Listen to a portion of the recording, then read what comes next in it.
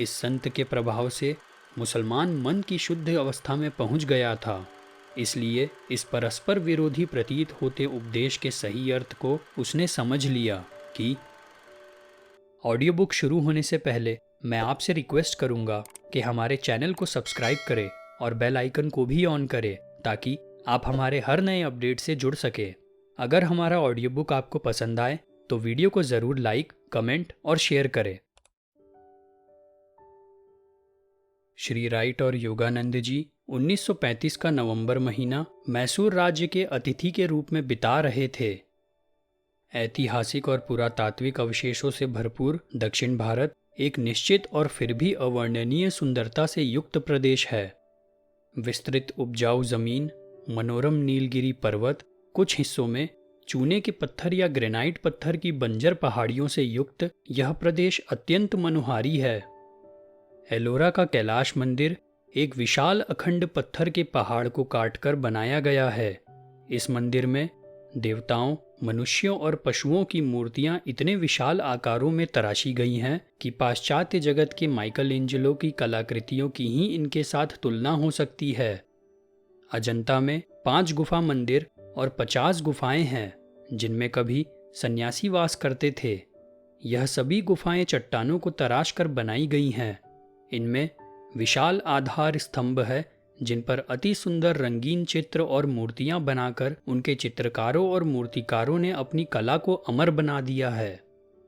11वीं शताब्दी से लेकर 15वीं शताब्दी तक हिंदू राजाओं की छत्र छाया में मैसूर में हिंदू स्थापत्य कला और शिल्प कला अपने चरम उत्कर्ष पर पहुंच गई थी।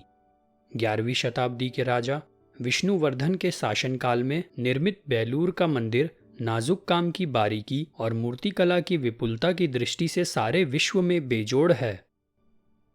दक्षिण भारत में अनेक प्रयत्नों के कारण महत्वपूर्ण मंदिरों के द्वार अस्पर्शियों के लिए खुल गए हैं तथा जाति प्रथा में भी अनेक सुधार हुए हैं।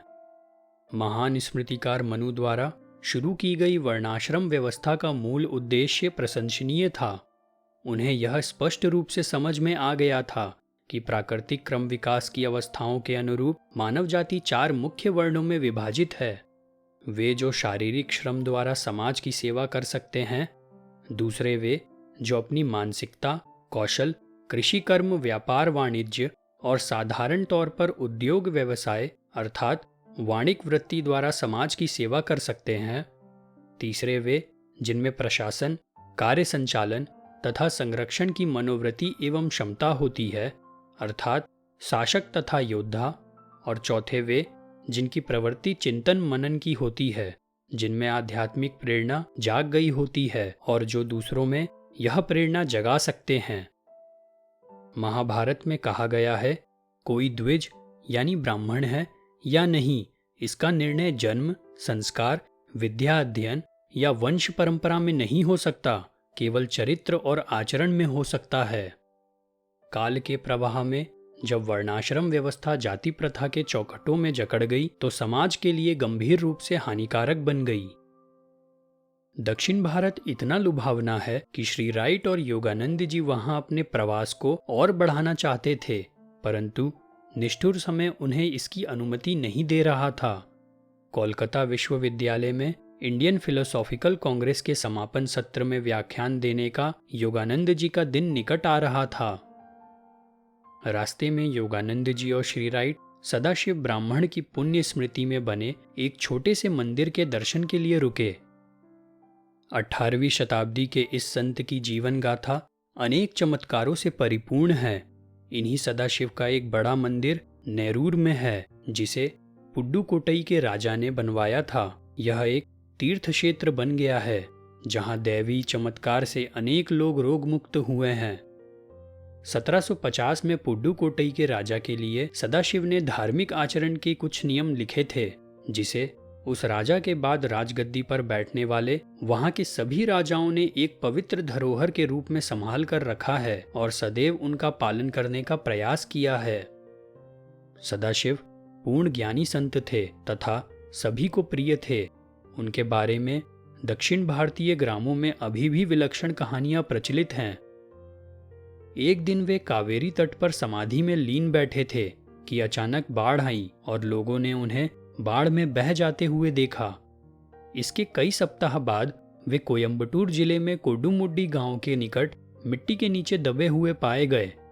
मिट्टी हटाने वाले ग्रामीणों के फावड़े जब उन्हें लगे तो वे उठ खड़े हुए और तेजी से वहां से चल दिए।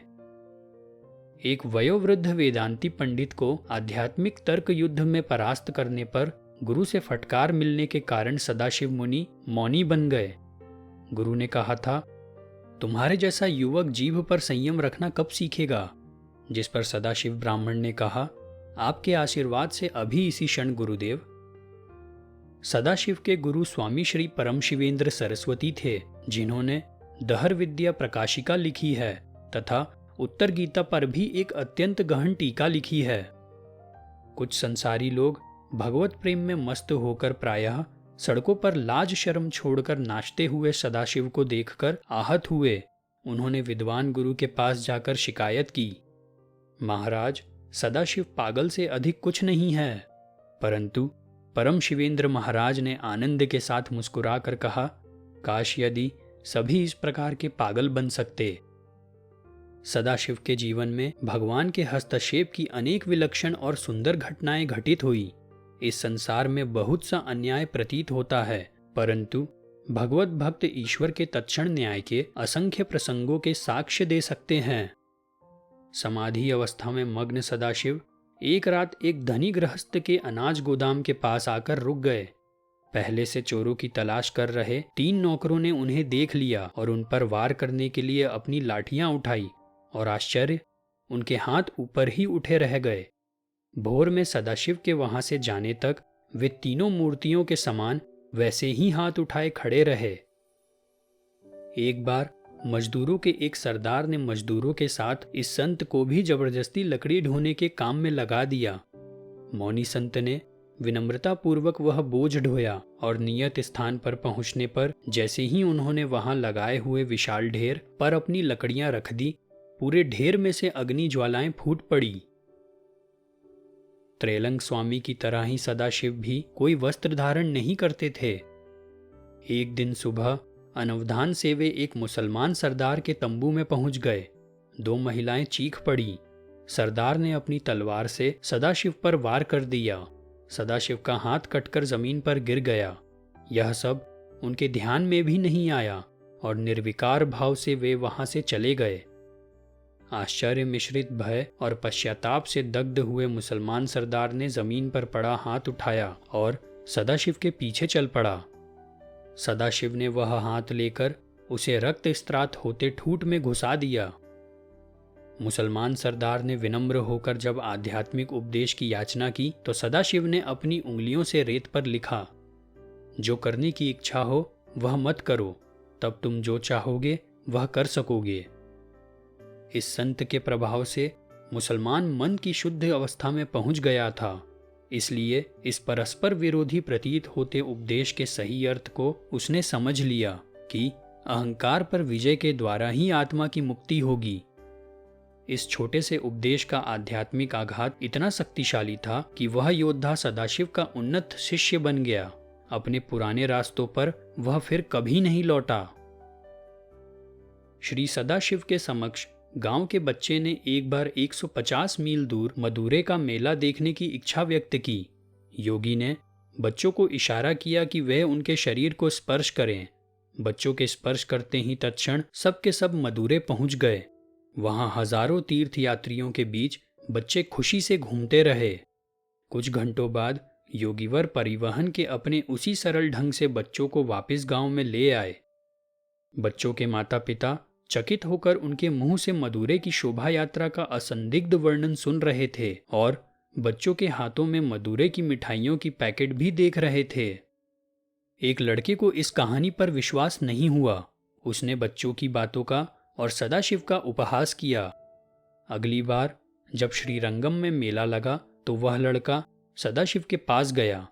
परिहास करने के स्वर में वह बोला, महाराज, उन बच्चों को आप जैसे मदुरै ले गए थे वैसे मुझे भी श्रीरंगम क्यों नहीं ले जाते।